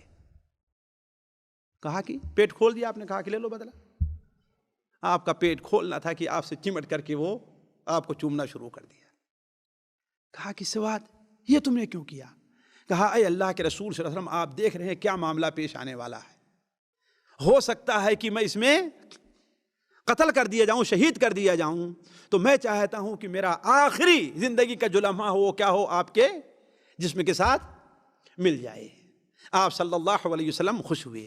دوسرا واقعہ یہ پیش آیا کہ آپ صلی اللہ علیہ وسلم درست کر رہے تھے، اچانک ایک تیر آتا ہے کہیں سے، ایک تیر آتا ہے، اور حارثہ نامی ایک صحابی ہیں، انہیں آ کر کے وہ تیر لگتا ہے اور وہ شہید ہو جاتے ہیں۔ یہ پہلے شہید ہیں ساتھیوں جو مسلمانوں میں سے، یہ حضرت حارثہ رضی اللہ تعالیٰ عنہ یہ پہلے شہید ہیں۔ تو جب آپ صلی اللہ علیہ وسلم واپس گئے مدینہ منورہ جنگ کے بعد، تو ان کی ماں ام حارثہ آتی ہیں اور کہتی ہیں اے اللہ کے رسول صلی اللہ علیہ وسلم، آپ جانتے ہیں کہ حارثہ میرے نزدیک کتنا پیارا تھا، لیکن جنگ میں وہ نہیں مارا گیا، اس لیے کہ جنگ نہیں شروع ہوئی تھی، لڑائی نہیں شروع ہوئی تھی، جنگ سے پہلے مارا گیا ہے۔ تو یہ بتائیے وہ جنتی ہے یا کہ جنتی نہیں ہے؟ اگر وہ جنتی ہے تب تو میں صبر کروں اور احتساب سے کام لوں، اور اگر جنتی نہیں ہے تو میں کیا کروں گی، کیسے روؤں گی، دنیا کے لوگ جان جائیں گے کہ ہاں ہم نے کیا کیا ہے۔ آپ نے فرمایا ام حارثہ اب حبلتی، تو پاگل ہو گئی ہے، اے ام حارثہ تو پاگل ہو گئی ہے، تو ایک جنت کی بات کر رہی ہے، وہاں تو سینکڑوں جنتیں ہیں، کتنی جنتیں ہیں وہاں پر، اور تیرا بیٹا جنت کے سب سے اونچے حصے جنت الفردوس کے اندر ہے، تو ایک جنت کی بات کر رہی ہے۔ تو یہ جو دو واقعے پیش آئے، کس وقت پیش آئے تھے؟ آپ صلی اللہ علیہ وسلم، آپ صلی اللہ علیہ وسلم نے صف درست کر دی، تو اس کے بعد آپ پھر عریش میں تشریف لے گئے۔ آپ کے ساتھ ابوبکر صدیق رضی اللہ تعالیٰ عنہ بھی تھے، اور اللہ تبارک و تعالیٰ سے آخری بار رو رو کر کے دعائیں کرنے لگے۔ ساتھیو، وہ لمبی دعا ہے، میں آپ کے سامنے نہیں رکھ سکتا پوری، لیکن جس کا خلاصہ یہ ہے کہ اے اللہ تبارک و تعالیٰ، آپ نے جو وعدہ کیا ہے، اور یہیں سے جاننا چاہیے کہ بینڈ اور باجے سے جو جنگ مسلمان لڑتے ہیں وہ اسلامی جنگ نہیں ہے۔ ان میں شہید ہونے والوں کو، مارنے والوں شہید کا نام اس لیے کہ وہ اسلامی جنگ نہیں ہے۔ اسلامی جنگ خاموشی اور تکبیر اور اللہ تعالیٰ کی دعا سے ہوتی ہے۔ یہ نہیں کہ فوجیوں کو شراب پیش کیا جائے، یہ نہیں کہ یا علی مدد کے نعرے لگائے جائے، یا نہیں کہ بینڈ باجے چلائے جائیں۔ یہ اسلامی جنگ نہیں ہے۔ اسلامی جنگ کیا ہے کہ خاموشی اور اللہ تعالیٰ سے دعا کر کے آپ صلی اللہ علیہ وسلم جاتے ہیں، کھڑے ہو کے دعا کرنے لگتے ہیں کہ اے اللہ تعالیٰ، آپ نے جو وعدہ کیا تھا وہ وعدہ آپ پورا کیجئے۔ اے اللہ تعالیٰ، یہ بھوکے ہیں، اللہ تعالیٰ انہیں کھانا دے۔ اے اللہ، یہ ننگے ہیں، انہیں کپڑا پہنا۔ اے اللہ تعالیٰ، انہیں مجبور ہیں، کمزور ہیں، ان کی مدد فرما۔ اے اللہ تبارک و تعالیٰ، یہ جماعت آج ہلاک کر دی گئی تو دنیا میں پھر تیری عبادت نہیں کی جائے گی۔ اس دردناک انداز میں آپ صلی اللہ علیہ وسلم نے دعا کی۔ کہتے ہیں ابوبکر صدیق رضی اللہ عنہ آگے بڑھ کر کے نبی کریم صلی اللہ علیہ وسلم کا ہاتھ پکڑ لیتے ہیں کہ اے اللہ کے رسول، بس خاموش بند کر دیجیے، اللہ تعالیٰ کی مدد ضرور آئے گی۔ آپ صلی اللہ علیہ وسلم اس کے بعد باہر نکلتے ہیں اور کہتے ہیں سَيُهْزَمُ الْجَمْعُ وَيُوَلُّونَ الدُّبُرَ، سَيُهْزَمُ الْجَمْعُ وَيُوَلُّونَ الدُّبُرَ، سَيُهْزَمُ الْجَمْعُ وَيُوَلُّونَ الدُّبُرَ۔ یہ جتھا ہار جائے گا، یہ جتھا پیچھ پھیر کر کے بھاگے گا یہاں سے۔ یہ کہتے ہوئے آپ باہر آتے ہیں اور کہتے ہیں اے ابو بکر، وہ دیکھو اللہ کی مدد آ رہی ہے، وہ جبرائیل ہیں، گھوڑے کے اوپر سوار ہیں اور تمہاری فوج میں شامل ہونے کے لیے آ رہے ہیں۔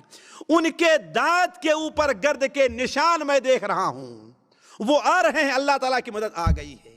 یہ کہہ کر کے آپ صلی اللہ علیہ وسلم آتے ہیں تو کیا دیکھتے ہیں کہ اس درمیان میں کافروں کی فوج بھی مسلمانوں کے سامنے آ کر کے کھڑی ہو گئی ہے۔ آپ ابھی عریش کے اندر تھے کہ ایک عجیب واقعہ پیش آیا۔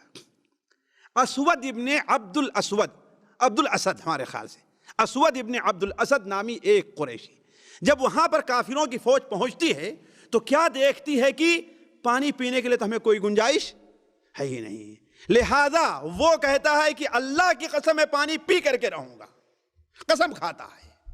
لہذا مسلمانوں کے وجود کی پرواہ کیے بغیر وہ آگے بڑھتا ہے، لیکن حضرت حمزہ رضی اللہ تعالیٰ عنہ اس کا راستہ روکتے ہیں۔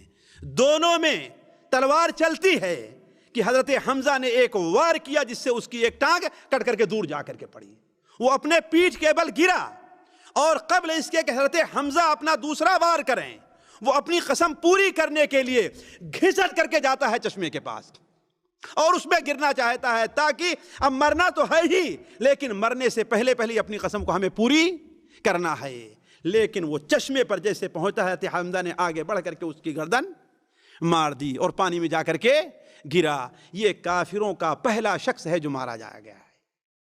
مسلمانوں کے پہلے شہید کون تھے بتایا نا، اور یہ کافروں کا پہلا شخص ہے جو مارا گیا۔ ساتھیوں، کافروں کے جنگ کی یا کافروں کے لشکر کا معاملہ عجیب رہا ہے، اس میں پھوٹ بھی، بلکہ کچھ کافر چاہتے تھے کہ ہمیں آپس میں صلح کر لینا چاہیے، خصوصاً اس میں جو ہے ولید عتبہ ابن مغیرہ جو تھا، حکیم ابن حزام جو تھے، یہ سمجھا بھی رہے تھے لوگوں کو ابو جہل کو، لیکن ابو جہل ماننے کے لیے تیار نہیں ہوا، بلکہ آپ صلی اللہ علیہ وسلم نے دیکھا اگر کسی کے اندر خیر ہے تو سفید وہ سرخ اونٹ والا جو ہے اس کے اندر خیر ہے، یعنی وہ عتبہ ابن مغیرہ تھا، اس لیے کہ وہ چاہتا تھا کہ آپس میں لڑائی نہیں ہونی چاہیے، بلکہ اس نے کہا کیا کہ یہ بتاؤ کہ یہ تمہارے سامنے جو لوگ موجود ہیں، تمہارے بھتیجے ہیں، تمہارے چچے زاد بھائی ہیں، تمہارے خالہ زاد بھائی ہیں، تمہارے ماموں، یہی تو لوگ ہیں، اور کون آئے ہوئے ہیں؟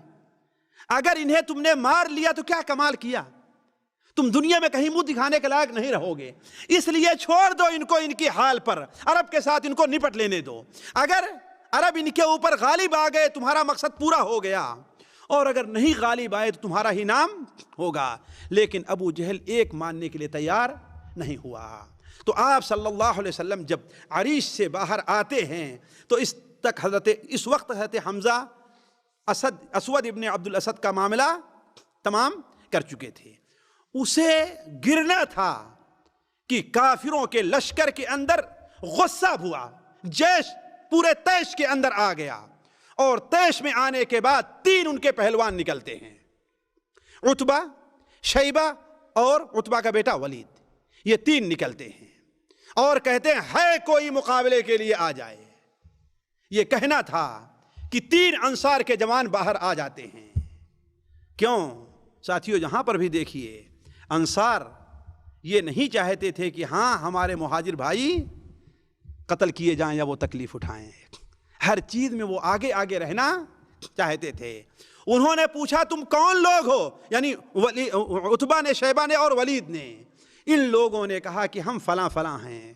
کہا تم لوگ اچھے آدمی ہو اور مقابلے کے ہو، لیکن ہم تم سے مقابلہ کرنے نہیں آئے ہیں، ہمارے چچے زاد بھائی جو ہیں ان کو ہمارے سامنے کرو۔ آپ صلی اللہ علیہ وسلم نے کہا کہ اے حمزہ باہر آ جاؤ، اے علی باہر میدان میں آ جاؤ، اے عبیدہ ابن حارث باہر میدان میں آ جاؤ۔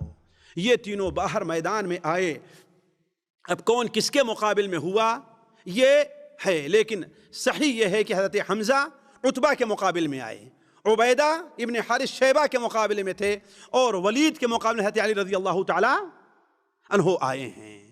حضرت حمزہ رضی اللہ تعالی عنہ نے میدان میں آتے ہی اپنے شکار کو تو چٹ کر دیا، حضرت علی رضی اللہ تعالیٰ عنہ ہی دیکھتے دیکھتے اپنے شکار ولید کو بھی چٹ کر دیا۔ البتہ شیبہ اور حضرت عبیدہ کے اندر آپس میں لڑائی ہوئی اور دونوں نے دوسرے کو سخت زخم پہنچایا، دونوں کو کاری زخم پہنچایا۔ اتنی دیر میں چونکہ حضرت حمزہ اور حضرت علی اپنے مقابل سے فارغ ہو چکے تھے، لہذا جا کر کے ان کی مدد کی اور اسے قتل کر دیا۔ ساتھیوں، یہ قتل ہونا تھا، کفار کا غیظ و غضب مزید بڑھ گیا۔ اب انہیں طیش اس طریقے سے آیا کہ نہ انہیں آن دیکھنی ہے نہ بان دیکھنی ہے، کچھ نہیں، سیدھے آگے بڑھ کر کے مسلمانوں کے اوپر وہ کود پڑتے ہیں، سیدھے آگے بڑھ کر کے مسلمانوں کے اوپر کود پڑتے ہیں۔ لیکن آپ صلی اللہ علیہ وسلم نے کہا دیکھو، پہلی بات تو یہ ہے کہ جس کام کی طرف میں آگے نہ بڑھوں تمہیں بھی آگے نہیں بڑھنا ہے، ایک چیز۔ دوسری چیز یہ ہے تمہیں تیر اس وقت تک نہیں چلانا ہے جب تک کہ یہ نہ دیکھو کہ شکار بالکل ہمارے جیسے آج کل ہوائی فیر نہیں ہوتا ہے، ایسے ہوائی فیر نہیں ہونا چاہیے، اس لیے کہ ہتھیار کی کمی ہے تمہارے پاس، لہذا جب تک یہ نہ دیکھو کہ ہاں بالکل شکار ہمارے اشارے پر ہے تمہیں اپنے تیر کو چلانا نہیں ہے۔ آپ صلی اللہ علیہ وسلم نے اسی وقت، ابھی کفار کی فوج آگے بڑھ رہی ہے کہ حضرت اللہ کے رسول صلی اللہ علیہ وسلم نے مسلمانوں کو جوش دلایا، اور آخری الفاظ جو جنگ شروع کرنے کے لیے آپ نے استعمال کیا ہے وہ یہ ہے قوموا الی جنۃ عرضها السماوات والارض۔ اے لوگو، جب دیکھا کہ کفار ٹوٹ پڑے ہیں اور ان کے اندر انتشار ہے، کیوں؟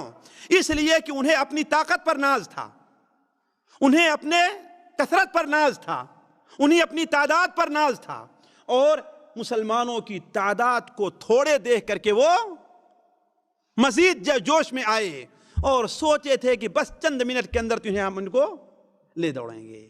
لیکن آپ صلی اللہ علیہ وسلم نے اس لحاظ سے فوج کو ترتیب دی تھی کہ آپ نے کہا وہ جتنا جوش میں آئے، جب تک میری طرف سے اشارہ نہ ہو تمہیں آگے بڑھنا نہیں ہے۔ لیکن جب آپ صلی اللہ علیہ وسلم نے دیکھا کہ اب معاملہ بالکل کس کا ہے، آمنے سامنے کا ہے، آپ نے خطبہ دیا اور فرمایا قوموا الی جنۃ عرضها السماوات والارض، تم بھی بڑھو اس جنت کی طرف جس کی پہنائی آسمان اور زمین کے برابر ہے۔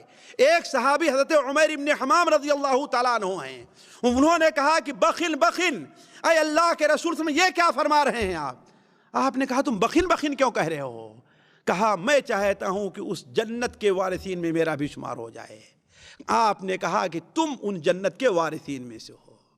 چنانچہ وہ آگے بڑھتے ہیں، کھجور کھانا شروع کیا کہ تھوڑی سی طاقت آئے، لیکن کہا اگر اتنی دیر تک میں زندہ رہا جتنی دیر تک کھجور کھا لیتا ہوں تو جنت میں جانے میں تو بڑی لمبی مدت ہوگی، بڑی لمبی مسافت ہوگی۔ چنانچہ کھجور کو پھینکا اور دشمنوں کے لشکر میں گھس کر کے، اور ساتھیوں یہ جب جنگ شروع ہوئی ہے تو دنیا کی تاریخ کی سب سے مختصر جنگ ہے۔ اب آپ مانیں گے کہ ظاہر بات اس وقت نہ ہم موجود تھے اور نہ صحابہ کرام میں سے کسی نے بیان کیا کہ ہاں کتنی دیر تک جنگ ہوئی تھی، لیکن اگر پورے جنگ کے واقعات دیکھیے تو آپ سمجھیں گے کہ یہ معاملہ صرف آدھے گھنٹے 1 گھنٹے کے اندر تمام ہو گیا ہے۔ آدھے گھنٹے میں قریش کے 70 آدمی مارے گئے ہیں، 70 آدمی اور گرفتار کیے گئے ہیں، اور پوری فوج چھوڑ کر کے بھاگ گئی ہے۔ اس کی وجہ کیا تھی؟ ایک تعجب کی بات ہے دنیا کے لحاظ سے، آخرت اور مانوی معاملہ اللہ کے نزدیک آپ سوچیں گے کہ آخر اتنی بڑی جماعت یہ کس قدر کس اس جلدی سے کیسے منتشر ہوگی؟ وجہ کیا تھی ساتھیوں؟ اس کی وجہ یہ تھی کہ پہلی بات تو یہ ہے کہ سب سے اہم چیز ان کے اوپر رعب طاری ہو گیا تھا۔ کیوں؟ اس لیے کہ ان کے 3 بڑے بڑے سردار جو تھے، 3 بڑے بڑے سردار، بس معمولی سی چند منٹ کی دیری تھی کہ سارے کے سارے ڈھیر، 1 مارا جائے 2 مارا جائے، لیکن تینوں کی تینوں وہیں پر ڈھیر ہو جائیں، ایک چیز۔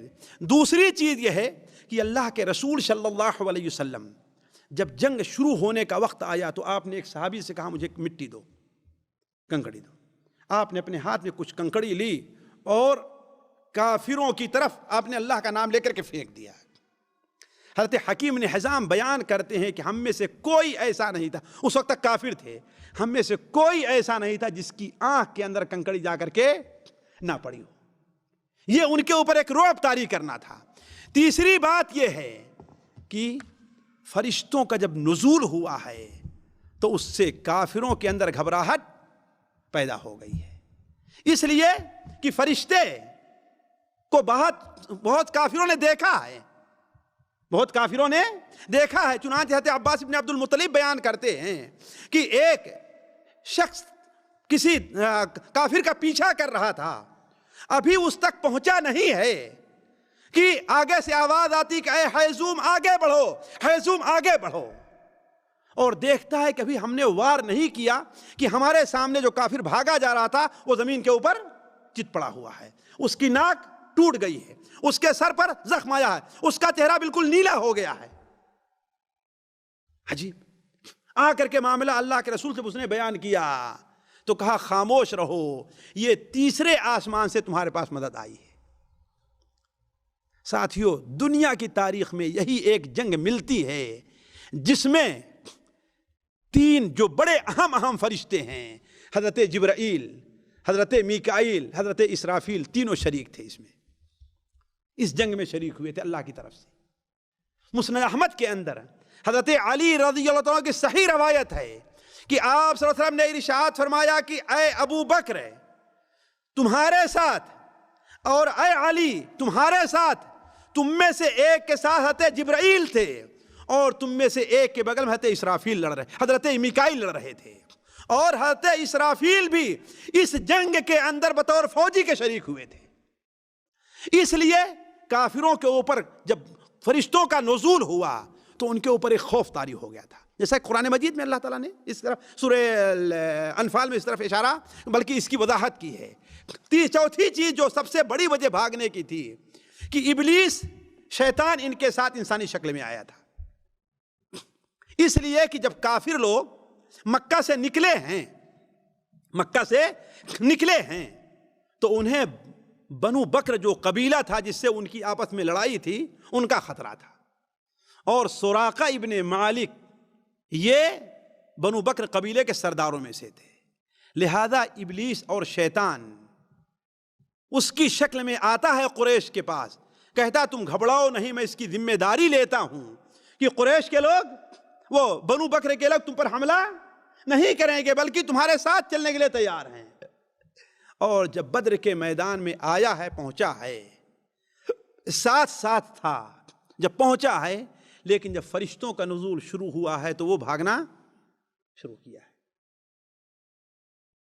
وَإِذْ زَيَّنَ لَهُمُ الشَّيْطَانُ أَعْمَالَهُمْ فَقَالَ لَا غَالِبَ لَكُمُ الْيَوْمَ وَإِنِّي جَارٌ لَكُمْ فَلَمَّا تَرَاءَتِ الْفِئَتَانِ نَكَصَ عَلَىٰ عَقِبَيْهِ، جب دونوں جماعتیں ایک ساتھ آمنے سامنے ہو گئیں، یعنی مسلمانوں کی کافروں کی، تو کیا ہوا؟ نَكَصَ عَلَىٰ عَقِبَيْهِ، پیچھے بھاگا ہے۔ کافروں نے کہا کہاں جا رہے ہو بھائی، اب کہاں جا رہے ہو، ہمارے ساتھ آئے ہو؟ تو کیا کہا؟ انی ارا ما لا ترون، میں وہ کچھ دیکھ رہا ہوں جسے تم دیکھ نہیں رہے ہو، اس لیے کہ فرشتوں کے نزول کو دیکھ رہا تھا۔ تو اس کے بھاگنے کی وجہ سے کفار کے اندر اور بھی گھبراہٹ آئی، اور جو سب سے بڑی وجہ کافروں کے بھاگنے کی بنی ہے، ان کے کمانڈر سپہ سالار اعظم ابو جہل کا قتل ہونا ہے۔ اس لیے کہ ابھی فوج نے حملہ نہیں کیا تھا کہ حضرت عبد الرحمن ابن عوف بیان کیسے بخاری شریف میں روایت ہے کہ ہم نے اپنے دائیں دیکھا تو انصاری ایک جوان کو دیکھا، کوئی تجربے کار جنگجو نہیں تھا میرے بغل میں، ہم نے بائیں طرف دیکھا تو ایک انصاری جوان کو دیکھا، کوئی تجربے کار جنگجو میرے پاس نہیں تھا۔ ابھی میں سوچ رہا ہوں کہ کاش کہ میرے دائیں بائیں کوئی اچھے لڑنے والے ہوتے تو ہمیں بھی میدان مارنے میں مزہ آتا۔ کہا یہی کرنا تھا کہ ایک انصاری ہم سے کہتا ہے کہ اے چچا آپ ابو جہل کو پہچانتے ہیں؟ کہاں ہے؟ دوسرا کہتا اے چچا ابو جہل کو پہچانتے ہیں؟ کہاں ہے؟ کہا کہ تمہیں اس سے کیا مطلب؟ کہا ہم نے قسم کھائی ہے کہ اگر اسے دیکھ لیں گے تو اس وقت تک اس کا پیچھا نہیں چھوڑیں گے جب تک کہ اسے ہم قتل نہ کر دیں۔ تو فوج آپس میں ایک دوسرے سے مل چکی تھی، لڑائیاں شروع ہو گئی تھیں کہ ابو جہل دکھائی دیا۔ حضرت عبد الرحمن عوف نے جب اشارہ کیا ان دونوں نوجوانوں کو تو دونوں نوجوان آگے بڑھ کر کے اس کے اوپر حملہ کیا۔ حالانکہ دونوں گرے ہیں لیکن اس وقت گرے ہیں جب کیا کیا ہے؟ ابو جہل کو زخمی کر کے بالکل موت کی حالت میں چھوڑ دیا ہے۔ اس کا گرنا تھا کہ کفار کی فوج میں گھبراہٹ اور بھگدڑ مچ گئی ہے، اور نتیجہ کیا نکلا گھبراہٹ کا؟ اس قدر گھبراہٹ تھی کہ بعد کافر اور ان کے سردار تو میدان میں کھڑے ہو کر کے اکا بکا ایسے دیکھ رہے ہیں ہمیں کیا کرنا چاہیے، کچھ سمجھ بھاگا نہیں جا رہا ہے ان سے۔ چنانچہ امیہ ابن خلف جو سب سے تیز رفتار اونٹ لے کر کے آیا، گھوڑا سواری لے کر کے آیا تھا، حضرت عبد الرحمن ابن عوف کہتے ہیں کہ اسے اور اس کے بیٹے علی کو ہم نے دیکھا کہ ایسا لگ رہا ہے کہ دونوں مجنون اور پاگل ہیں، کیا ہو رہا ہے کچھ سمجھ نہیں آ رہا ہے ان کے، اور ہم نے جا کر کے اسے پکڑ لیا ہے نا۔ حالانکہ میں اس لیے کہ ساتھیوں جب جنگ کافر بھاگے ہیں لوگ تو مسلمان 3 حصوں میں بٹ گئے ہیں، مسلمان 3 حصوں میں بٹ گئے ہیں۔ ایک حصے کے مسلمان تو کافروں کا پیچھا کرنا شروع کیا ہے، کافروں کا پیچھا، کیوں؟ اس لیے تاکہ دوبارہ واپس نہ آئیں، انہیں مارنا، انہیں گرفتار کرنا شروع کیا ہے۔ اور دوسرے حصے کے مسلمان جو مال غنیمت تھی اس کو جمع کرنے کے اندر مشغول ہو گئے ہیں۔ اور تیسرے، یہ مسلمانوں کی ہوشیاری دیکھیے ساتھیوں، اور تیسرے حصے مسلمانوں کا ایک گروپ جو ہے وہ نبی کریم صلی اللہ علیہ وسلم کے گرد گھیرا لگا لیا ہے۔ کیوں؟ اس لیے کہ اگر سارے لوگ ادھر ادھر مشغول ہو گئے تو ہو سکتا ہے کہ پیچھے کی طرف سے کہیں سے کافر آ کر کے آپ کے اوپر حملہ کر دیں۔ تو اس طریقے سے مسلمان 3 گروپ میں بٹے ہوئے تھے۔ تو حضرت حمزہ حضرت عبد الرحمن ابن عوف رضی اللہ تعالی عنہ وہ کیا کر رہے تھے؟ زرہیں لے کر کے آ رہے تھے، 8-10 زرہوں کو انہوں نے جمع کیا تھا، لے کر کے آ رہے تھے۔ تو امیہ نے کہا کہ اے عبد الرحمن، تمہیں زرہوں سے بہتر کوئی چیز نہ دوں میں؟ کیا ہے؟ کہا کہ مجھے گرفتار کر لو، مجھے گرفتار کر لو۔ دیکھو یعنی اس قدر، یعنی مکہ کے سردار بہادروں میں تھے، لیکن گھبراہٹ ایسی چھائی ہوئی تھی، پریشانی کا عالم ان کے اوپر یہ تھا کہ انہیں بھاگا نہیں جا رہا تھا، خود دعوت دے رہے ہیں آ کر مجھے گرفتار کرو، ڈر تھا کوئی آ کے قتل نہ کر دے۔ حضرت عبد الرحمن بن عوف کہتے ہیں کہ ہم نے اسے کیا کیا، زرہوں کو رکھا اور اس کو اور اس کے بیٹے کو پکڑ کر لیا اللہ کے رسول کے ہاتھ میں، تاکہ اس کے بدلے، اس لیے کہ اس نے کہا تمہیں دودھاری اونٹنیاں ہم دیں گے، اس لیے کہ ہمارے بدلے تم کو اونٹ ملیں گے۔ لیکن ہوا کیا؟ ادھر لے کر کے آ رہے تھے، حضرت بلال رضی اللہ تعالیٰ عنہ نے دیکھ لیا، کس کو؟ امیہ کو، اور امیہ ہی حضرت بلال رضی اللہ عنہ کو مکے میں سزائیں دیا کرتا تھا۔ کہا اللہ کا دشمن امیہ، یا تو میں رہوں گا یا تو یہ رہے گا، اور کہا کہ اے انصار کے لوگوں یہ دیکھو اللہ کا دشمن امیہ ہے۔ حضرت عبد الرحمن ابن عوف چیختے رہے کہ نہیں ہم نے گرفتار کیا ہے، لیکن کون ماننے والا ہے؟ بلکہ صحیح بخاری شریف میں ہے کہ حضرت عبد الرحمن عوف کہتے ہیں ہم نے امیہ سے کہا کہ لیٹ جاؤ، میں تمہارے اوپر لیٹ جا رہا ہوں ایسے کہ تاکہ تمہیں بچا لوں۔ کہا لیکن پھر بھی بلال اور ان کے ساتھیوں نے نیچے سے نیزہ مار مار کر کے اسے ہلاک کر دیا ہے۔ تو عرض کرنے کا مقصد یہ ہے ساتھیوں کہ ایسے جنگ کا خاتمہ اتنی آسانی سے اس لیے ہوا ہے کہ کافر لوگ بڑی گھبراہٹ کی حالت میں پہنچ چکے تھے۔ ساتھیوں اس طریقے سے غزوہ بدر کا خاتمہ تو ہوا، لیکن وقت نہیں رہ گیا کہ میں آپ کے سامنے رکھوں کہ اصل مسئلہ یہ ہے کہ مدینہ منورہ اور مکہ کے اندر کیا صورتحال اس کے بعد پیش آئی ہے۔ ہوا یہ ہے کہ اللہ کے رسول صلی اللہ علیہ وسلم، آپ مانیں گے عصر تک آپ صلی اللہ علیہ وسلم، دیکھیے یعنی سورج نکلنے کے بعد جنگ شروع رہی ہوگی، عصر تک آپ صلی اللہ علیہ وسلم مسلمان شہیدوں اور کافروں کو دفن کر کے آپ فارغ ہوئے تھے۔ اب آپ سوچیں کہ جنگ کا خاتمہ کتنا جلدی ہوا تھا۔ یہ تو اس زمانے میں بھی شاید مشکل ہو جہاں پہ ایٹم بم تیار ہو چکا ہے، ایٹم بم، بلکہ امریکہ کو بھی جاپان پر قبضہ کرنے کے لیے ایٹم بم جب ڈالا گیا اس سے زیادہ وقت لگا تھا، لیکن غزوہ بدر کا فیصلہ ہونے میں یہ سوچیں کہ عصر تک یعنی مغرب سے پہلے پہلے مسلمان اپنے قیدیوں کو دفن کر کے اور کافروں کو کنویں کے اندر ڈال کر اسے پاٹ دیا تھا، وہ فارغ ہو گئے تھے۔ تو دنیا تاریخ کا یہ سب سے مختصر اور سب سے تعجب خیز معرکہ ہے۔ اس میں کافروں کے 70 آدمی مارے گئے۔ ذرا سوچیں 70 آدمیوں کو قتل کرنے میں کچھ وقت لگے گا نہیں لگے گا؟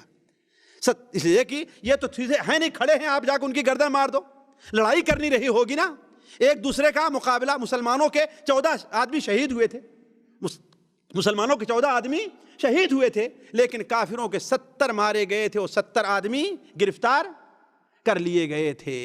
اب باقی جو مرحلہ ہے وہ آپ کے سامنے انشاءاللہ اگلی مجلس میں رکھیں گے کہ اللہ کے رسول صلی اللہ علیہ وسلم 3 دن یہاں پر قیام فرمائے بدر میں، ہے نا، اور اس کے بعد مدینہ منورہ کے لیے آپ رخصت ہوئے، تو مدینہ منورہ کے راستے میں 2 جو واقعات پیش آئے وہ، اور مدینہ منورہ میں کیا صورتحال تھی اور ادھر مکے میں کیا صورتحال تھی، انشاءاللہ اگلی مجلس میں آپ کے سامنے رکھیں گے۔